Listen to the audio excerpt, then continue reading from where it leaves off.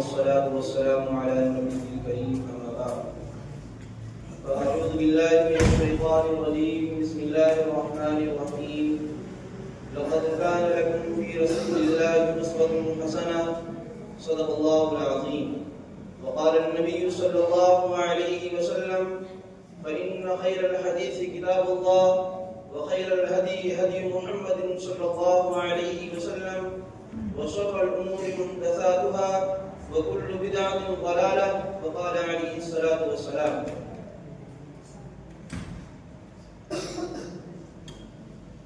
میرے عزیز دوستوں اور ساتھیوں اور اساتذہ اکرام،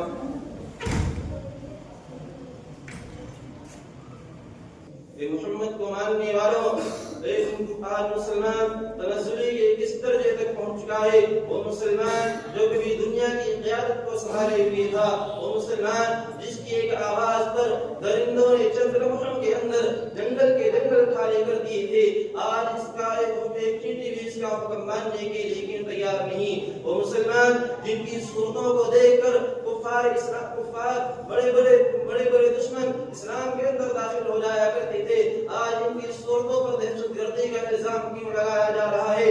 وہ مسلمان جو بھی امانت و دیانت کی جن کی مثال پیش کیا کرتے تھے، وہ مسلمان جن کی گواہی کو یہود و نصارہ معتبر مانتے تھے، آج وہ قوم غیر معتبر کیسے ہو گئی؟ وہ مسلمان جن کے پاس یہود و نصارہ اپنے بڑے دشمن اپنی جوان بیٹیوں کو سال کے دن کے سپرد کر دیا کرتے تھے، آج وہ قوم خیانت کے سار کیوں متهم ہو رہی ہے؟ وہ مسلم قوم جو کبھی شیروں اور گیدڑوں سے سوارے کا کام لیا کرتی ہو، آج وہ کتوں اور گیدڑوں سے کیوں ڈرنے لگی؟ میرے بھائیوں، جب ان سوالات نے میرے ذہن میں گردش کی، اللہ تبارک و تعالیٰ نے میرے ذہن میں یہ آیت ڈالی، لقد کان لکم فی رسول اللہ اسوۃ حسنہ، کہ تمہارے لیے رسول اللہ صلی اللہ علیہ وسلم کی زندگی میں بہترین نمونہ ہے۔ میں نے کہا مشکل کا حل ہو گیا، جب تک مسلمان نبی کے طریقے پر تھا، ہدایت پر تھا، جب تک مسلمان صحابہ کرام رضوان اللہ علیہم اجمعین کی پیروی کر رہا تھا، ہدایت پر گامزن تھا، جب تک مسلمان اللہ کے نبی صلی اللہ علیہ وسلم کے طریقے کے مطابق اپنی زندگی گزار رہا تھا، کامیاب تھا، جب تک مسلمان قرآن و حدیث کی روشنی میں فیصلے سناتا رہا، دنیا اس کے فیصلے کو مانتی رہی۔ یہی وجہ تھی اگر وہ مرے بھی تو کامیابی کی موت مرے۔ اور جب تک مسلمانوں نے نبی کے طریقے کو نہیں چھوڑا اور قرآن و سنت کو نہیں بھولا، کوئی دنیا کی کوئی بھی طاقت ہو، کتنی بھی سپر طاقت ہو، اس کا مقابلہ نہ کر سکی۔ آج مسلمانوں نے نبی کے طریقے کو چھوڑ دیا، قرآن و سنت کو بھلا دیا اور صحابہ کرام کے پیروی کو حقیر سمجھا۔ بتلاؤ یہ زندگی کی بہرگاہ میں نہیں جائے گا اور کہاں جائے گا؟ یہ ہلاک نہیں ہوگا اور کیا ہوگا؟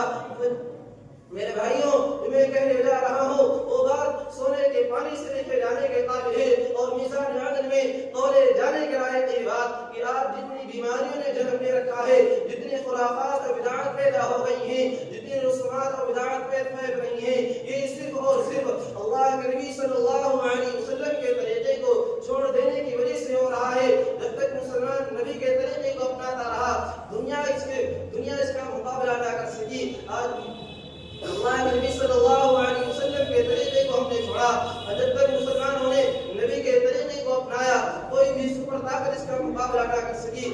یاد رکھیے، جب تک مسلمان ظلم و ستم کے اندر پھنسا، وہ صرف اور صرف اللہ کے نبی صلی اللہ علیہ وسلم کے طریقے کو چھوڑ دینے کی وجہ سے ہوا۔ مسلمان اگر مقروض ہوا، سنت رسول اللہ پر عمل نہ کرنے کی وجہ سے ہوا۔ مسلمان حالات حاضرہ میں بم میزائل اور منطق اور گولیوں کا نشانہ بنایا گیا، تو صرف اور صرف اللہ کے نبی صلی اللہ علیہ وسلم کی سنت جہاد کو چھوڑ دینے کی وجہ سے بنایا گیا۔ مسلمانوں نہیں جس کو حالات بدل دے، بلکہ مسلمانوں ہے جو خود حالات کو بدل دے۔ میرے بھائیوں، آج غیر قومیں ترقی پر کیوں جا رہی ہیں؟ یہ وہاں جبکہ غیر قومیں رسول اللہ صلی اللہ علیہ وسلم کے طریقے کو اپنانے جا رہی ہیں، آپ صلی اللہ علیہ وسلم کی سنتوں کو اپنی زندگی کا حصہ بناتی جا رہی ہیں۔ آج بڑے سائنسداں سنتوں کے کثیر فوائد کو لے کر ایمان لانے پر مجبور ہو رہے ہیں۔ آج ہمیں تو راحت و آرام سے فرصت نہیں ملتی تو ہم مطالعہ کیا کریں؟ آج سنت نبوی جیسی کتابوں کا مطالعہ کر کے تو دیکھو، آپ کو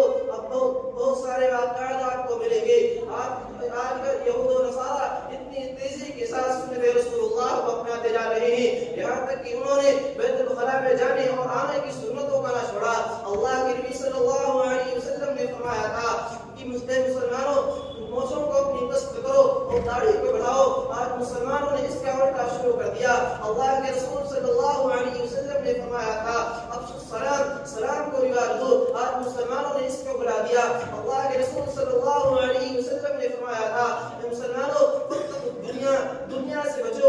آج مسلمان دنیا کے پیچھے دوڑ لگا رہا ہے. میرے بھائیوں ہم رسول اللہ صلی اللہ علیہ وسلم کے امتی ہونے کا تو دعویٰ کرتے ہیں تو رسول اللہ صلی اللہ علیہ وسلم کا فرمان سنتے رہنا.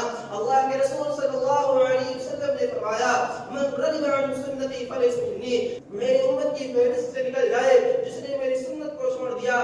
جو چاہے بن جائے, چاہے یہودی بن جائے یا نصرانی بن جائے, جو چاہے بن جائے. اللہ کے نبی صلی اللہ علیہ وسلم سے پوچھا گیا آپ کا عاشق کون ہے, آپ سے کون پیار کرتا ہے؟ اللہ کے نبی صلی اللہ علیہ وسلم کا عاشق کون نہیں جو صرف داڑھی ہی رکھتا ہو, بلکہ اللہ کے نبی صلی اللہ علیہ وسلم کا عاشق وہ ہے جو آپ صلی اللہ علیہ وسلم کے ہر طریقے سے ہر سنت سے پیار کرتا ہو, ہر سنت پر اپنی جان کو قربان کرنے کے لیے تیار رہتا ہو.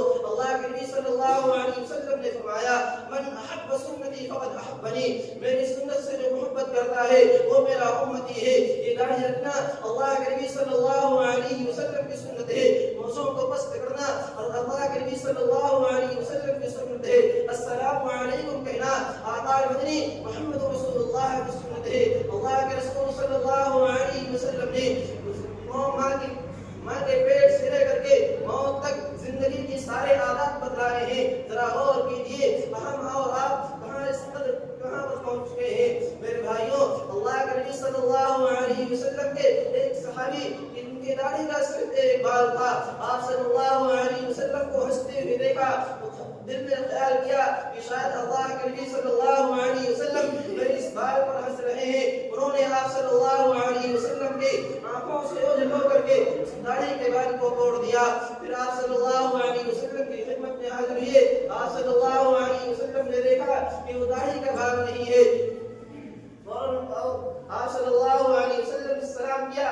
آپ صلی اللہ علیہ وسلم نے اپنا چہرہ پھیر لیا, پھر دوسری طرف آ کر کے سلام کیا. پھر آپ صلی اللہ علیہ وسلم نے اپنا چہرہ پھیر لیا.